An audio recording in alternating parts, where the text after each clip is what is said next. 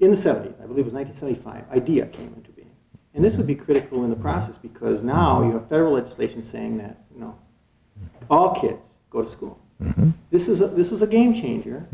Perhaps things were already started here, like you said, progressive entities or schools in Wisconsin. You probably already had things rolling in terms of attitude and adjustments, but this really made things clear. All kids had to be incorporated into the classroom. So what was going on at this time then? Now suddenly, then, you have to have teachers who can teach those kids. Yes.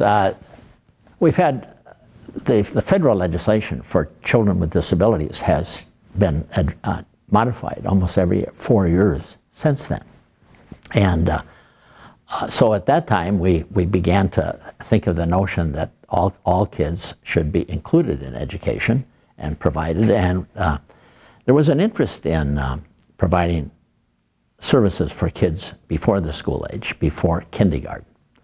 It's interesting to note that in 1973, for example, only about 25% of all the kids in the country without disabilities received kindergarten. They weren't even in kindergarten. But Wisconsin had a long history, along with states like Minnesota and Iowa and things like that, of providing kindergarten services, preparing children for elementary age education and things like that, let alone kids with disabilities. So my interest in early intervention came about as a result of this concern about children who are at risk for being placed in special education. In the late 60s and early 70s, almost all programs for kids, the majority of programs were programs for kids classified as mentally retarded. And guess where they were? They were in the inner cities. And guess who was in those classrooms? Poor, ethnically different kids. And so people began to challenge the idea, are they there because they're disabled? Or are they there because they didn't come to school ready for learning? And I was working for the St. Paul Public Schools at the time, and so I took my first education class. I'd never had an education class before. My background is communication disorders. And I took it at the University of Minnesota on Saturday mornings, and they brought in a young fellow who was a new faculty member, assistant professor at the university. And he spoke that Saturday morning, and he talked about the Milwaukee Project. And it changed my life. The project, which I believe was administered out of the University of Wisconsin-Madison, but carried out in Milwaukee, focused on working with young children who were the sons and daughters of people who were enrolled in or graduated from the programs classified as mentally retarded in the Milwaukee Public Schools. Their mothers were classified as mentally retarded. They worked with the parents, and then eventually spent more time working with the children. And after the study ended, they found that rather than having IQs that ranged in 75 and 80 range, as the parents had measured to be, these children had IQs that were in the 125 range. Average IQs. That morning, I found what I wanted to do. And that was to begin to focus on developing programs for young children with disabilities. And I've been doing that ever since. So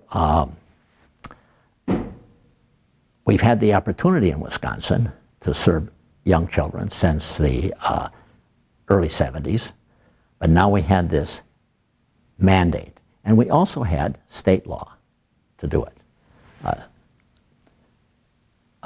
Wisconsin was a state that really did focus on providing services for children with disabilities. And so we had leadership from individuals like John Melcher, who was the associate superintendent of public instruction, and very progressive kinds of approach to working with local school districts in order to begin to provide services for kids. And then we saw a gradual reduction in the residential placements of kids in places like Northern Developmental Center, Chippewa Falls, and the places down in around Madison and Racine, Kenosha, and things like that. And the public schools began to pick up the services for kids with disabilities. Now, early education was, when I came here in 1973, summer of 1973, there were no teacher education programs in early childhood special education. We had very good programs at places like UW Stout, UW Stevens Point, for preparation of teachers for children who didn't have disabilities. And these places still retain very good programs for kids without disabilities, but we had nothing for kids with disabilities. But I knew, I was aware of the Milwaukee Project. I was aware of a national demonstration project out of Portage, Wisconsin, which was called the Portage Project. I was aware of Mr. Melcher. I was aware of the history of Wisconsin. And so if you were a young person and you were going to try to create something that hadn't been created before, I thought that the things were in place here to make it happen, and they were. It was the right place to come to do the kinds of things that we had to do.